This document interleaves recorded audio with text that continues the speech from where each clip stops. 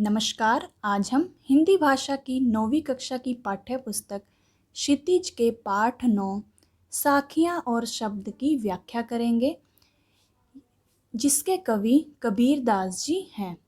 इस वीडियो में हम कबीर दास जी की साखियों का अध्ययन करेंगे और अगली वीडियो में हम कबीर दास जी के शब्द यानी कि पदों का वर्णन करेंगे, की व्याख्या करेंगे।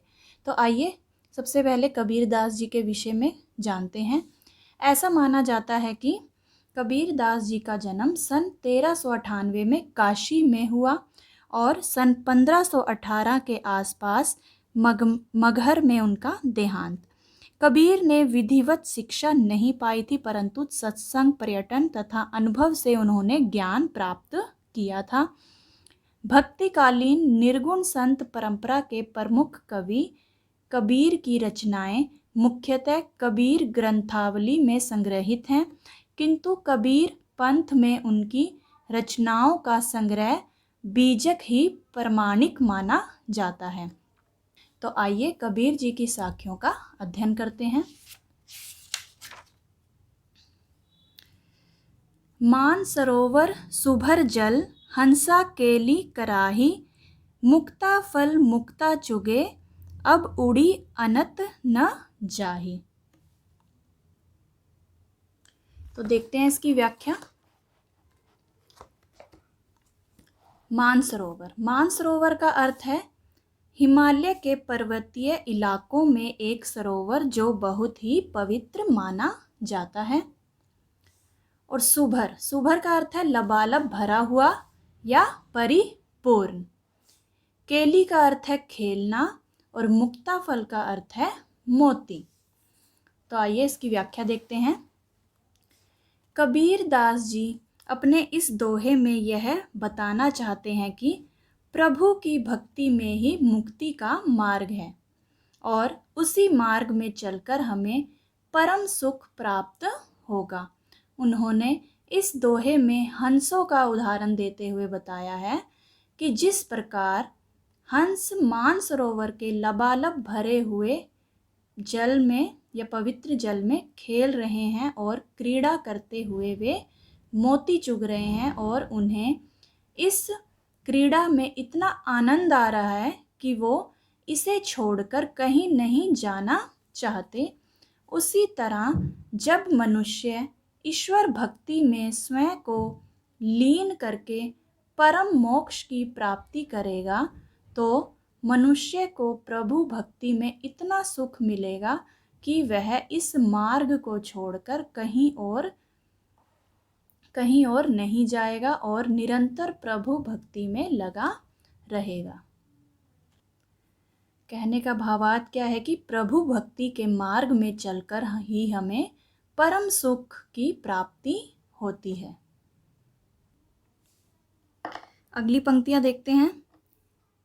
प्रेमी ढूंढत मैं फिरो, प्रेमी मिले न कोई, प्रेमी को प्रेमी मिले, सब विष अमृत होय। आइए अब इसकी व्याख्या देखते हैं। ढूंढत का अर्थ है ढूंढना या खोजना। फिरो का अर्थ होता है भटकना या दर दर ढूंढना, किसी को फिरना। प्रेमी का अर्थ है ईश्वर या सच्चा भक्त। प्रस्तुत साखी के माध्यम से कबीर दास जी कहना चाहते हैं कि मैं अपने प्रेमी अर्थात ईश्वर को ढूंढता फिर रहा हूँ। वो अपने ईश्वर को, अपने प्रेमी को, जिसके प्रति उसकी श्रद्धा है, उसे इधर उधर यहाँ वहाँ ढूंढ रहा है, लेकिन मुझे मेरा ईश्वर नहीं मिल रहा है।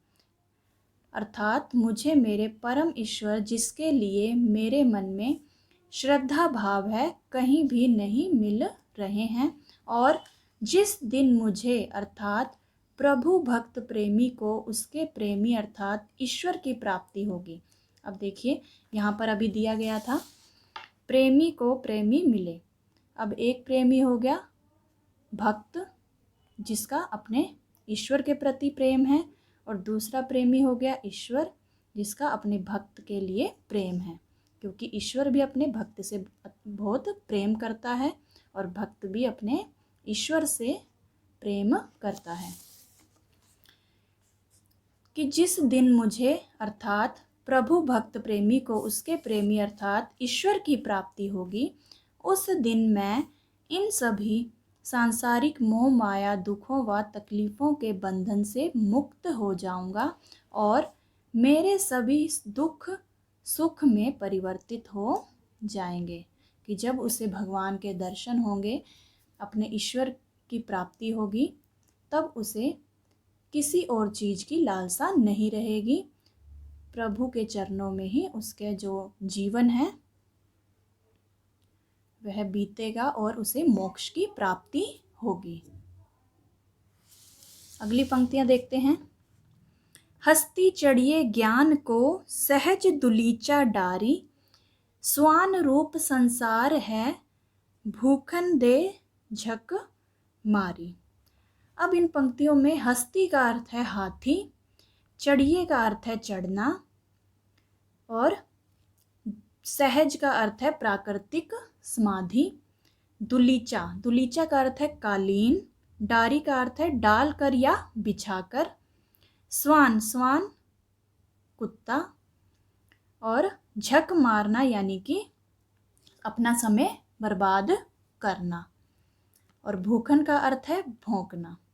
ठीक है, तो अब आइए अब इसकी व्याख्या देखते हैं। ये देखिए यहाँ पर सभी शब्दार्थ दिए गए हैं। हस्ती हाथी, चढ़िए चढ़ना, डारी डाल कर या बिछाकर, स्वान कुत्ता, झक मारना समय बर्बाद करना, भूखन यानी भौंकना, दुलीचा कालीन और सहज प्राकृतिक समाधि। प्रस्तुत साखी के माध्यम से कबीर दास जी ने हमें संसार के द्वारा की जाने वाली निंदा की परवाह किए बिना ज्ञान के मार्ग पर चलने का संदेश दिया है। उनके अनुसार हमें ज्ञान रूपी हाथी पर सहज समाधि में आसन बिछाकर या लगाकर बैठ जाना चाहिए। हमें इस संसार की परवाह नहीं करनी चाहिए, क्योंकि यह संसार स्वान अर्थात कुत्तों के समान है, जो हाथी को मार्ग में चलता देखकर अकारण बिना किसी कारण ही भौंकता रहता है, अपना समय और शक्ति व्यर्थ करता है। लेकिन हाथी पर उन कुत्तों के भौंकने का कोई भी असर नहीं होता, कोई भी प्रभाव नहीं पड़ता और वह स्वाभाविक रूप से ही अपने मार्ग पर चलता रहता है। चाहे कुत्ते चाहे जितना भी भौंकते रहें, उस पर हाथी की चाल पर कोई भी असर नहीं पड़ता, प्रभाव नहीं पड़ता, वो अपना मस्ती में चलता रहता है। उसी प्रकार एक सच्चे साधक को संसार की परवाह किए बिना कि संसार वाले मुझे क्या कहेंगे, इसकी परवाह किए बिना निरंतर भक्ति के मार्ग पर चलते रहना चाहिए तथा सहज रूप से ईश्वर की साधना में लगे रहना चाहिए। क्योंकि आपने भी देखा होगा, जब भी कोई व्यक्ति जो है अच्छा काम करने लगता है तो उसे उसका मनोबल गिराने के लिए जो समाज के लोग हैं वो उसकी निंदा करते हैं ताकि उसका मनोबल गिर जाए। लेकिन हमें उन समाज के लोगों की चिंता ना करते हुए, उनकी परवाह ना करते हुए अपने लक्ष्य की ओर बढ़ते रहना चाहिए।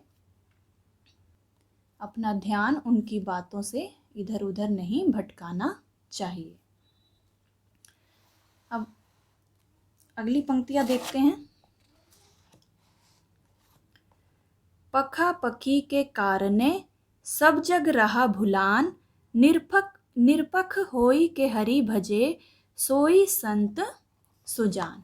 यहाँ पका पखी का अर्थ है पखा पखी पक्ष और विपक्ष, कारणे कारण, निरपख यानी निष्पक्ष होकर, सोई वही, भुलान का अर्थ है भूला हुआ, होई होकर, भजे यानी भक्ति करना, सुजान ज्ञानी या चतुर। ठीक है, तो अब व्याख्या देखते हैं। पखा पखी के कारण है, प्रस्तुत साखी के माध्यम से कबीर दास जी कहना चाहते हैं कि मनुष्य पक्ष विपक्ष के चक्कर में पड़कर अपने वास्तविक जीवन लक्ष्य से भटक गया है। कि पखा पखी के कारणे सब जग रहा भुलान, कि वो सब कुछ भूल गया है, उसका जो लक्ष्य है जीवन का उसे भी वह भूल गया है, क्योंकि सभी अपने अपने पक्ष या संप्रदाय को श्रेष्ठ बताने में लगे हैं कि हमारा संप्रदाय श्रेष्ठ है और दूसरे व्यक्ति कहते हैं कि हमारा संप्रदाय श्रेष्ठ है। परंतु जो निष्पक्ष होकर, यानी इस पक्ष विपक्ष के चक्कर में ना पड़कर निष्पक्ष भाव से ईश्वर की भक्ति करता है, वही सच्चा ज्ञानी है। इसलिए हमें पक्ष विपक्ष के चक्कर में ना पड़कर निष्पक्ष भाव से प्रभु की भक्ति करनी चाहिए, तभी हमारा कल्याण हो सकता है। आगे बढ़ते हैं, अगली पंक्तियां देखते हैं। हिंदू मुआ राम कही, मुसलमान खुदाई, कहे कबीर सो जीवता, जो दोहू दोहू दूहू के निकट न जाई। तो इन पंक्तियों में देखते हैं कबीरदास जी क्या कहना चाहते हैं। मुआ का अर्थ है यहाँ पर मर गया, कही कहकर या जपना, खुदाई खुदा, जीवता जीता है, दूहू यानी दोनों, निकटी निकट नज़दीक या पास, जाई मतलब जाई का अर्थ है जाता है।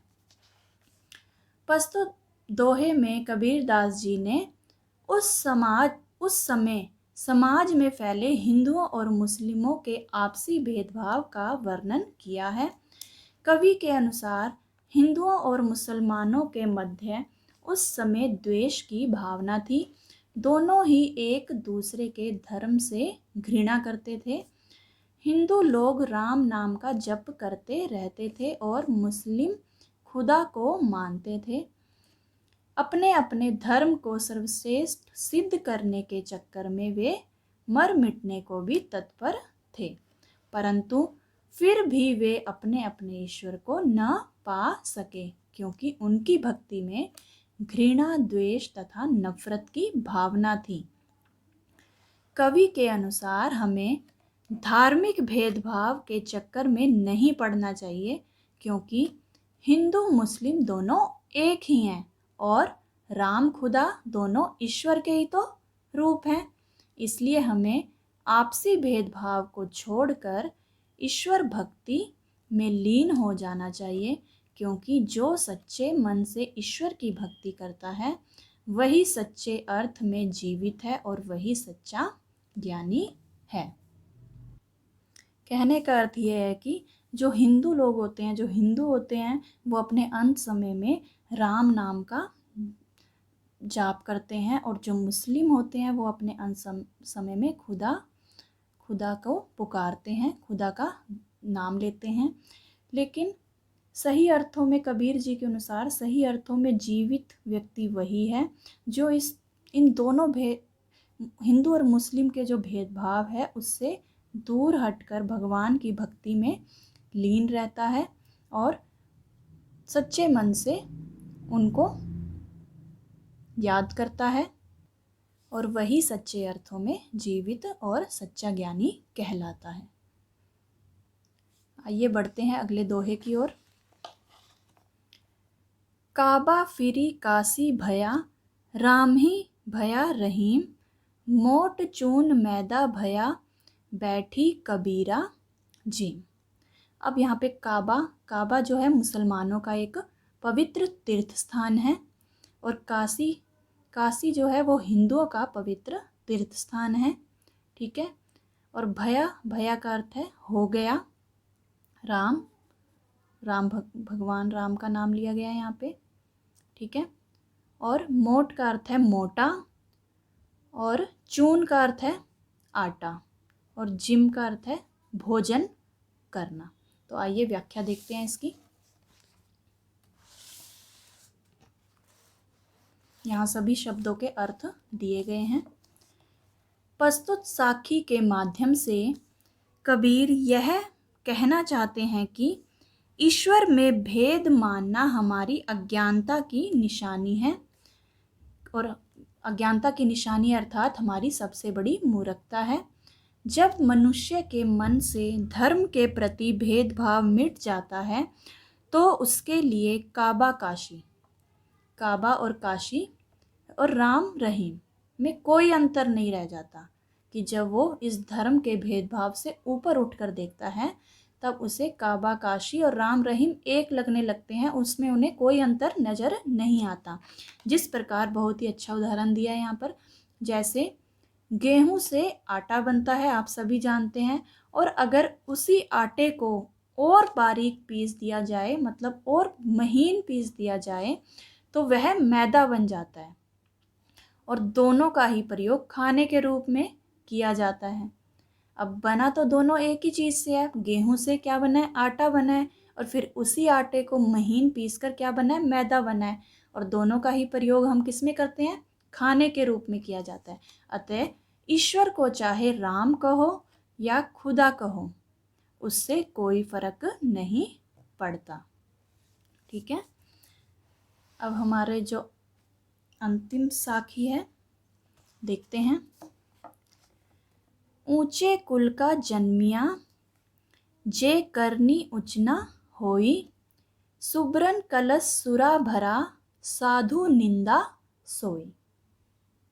अब यहाँ पर ऊंचे कुल का अर्थ है अच्छे परिवार या खानदान का, जन्मिया यानी जन्म लिया हुआ, पैदा हुआ। ठीक है, करनी का अर्थ है कर्म, सुब्रन का अर्थ है यहाँ पर सोने का, सुब्रन का अर्थ है सोने का, कलश यानी कि कलश, घड़ा या कोई भी मटका, आप उस मटके का से अर्थ ले सकते हैं। ठीक है, सुरा का अर्थ है यहाँ पर मदिरा या शराब, निंदा बुराई, सोई उसकी। तो आइए व्याख्या देखते हैं इसकी।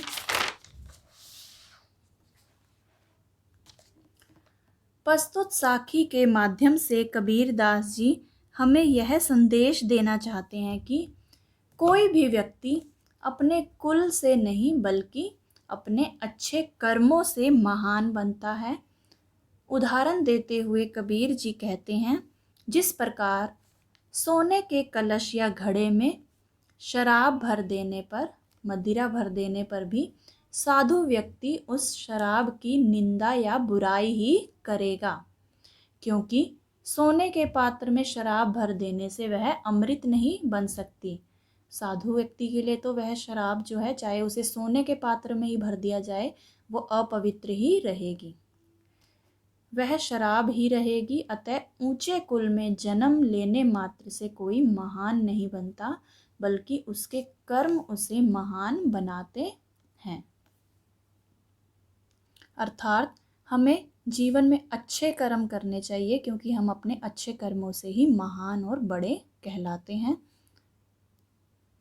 और हमारे अच्छे कर्मों के परिणाम स्वरूप ही हमें मोक्ष की प्राप्ति होती है। तो बच्चों, ये थी कबीरदास जी की साखियाँ। अगली वीडियो में हम कबीरदास जी के शब्द यानी कि पद करेंगे। तो मिलते हैं अगली वीडियो में, तब तक के लिए नमस्कार।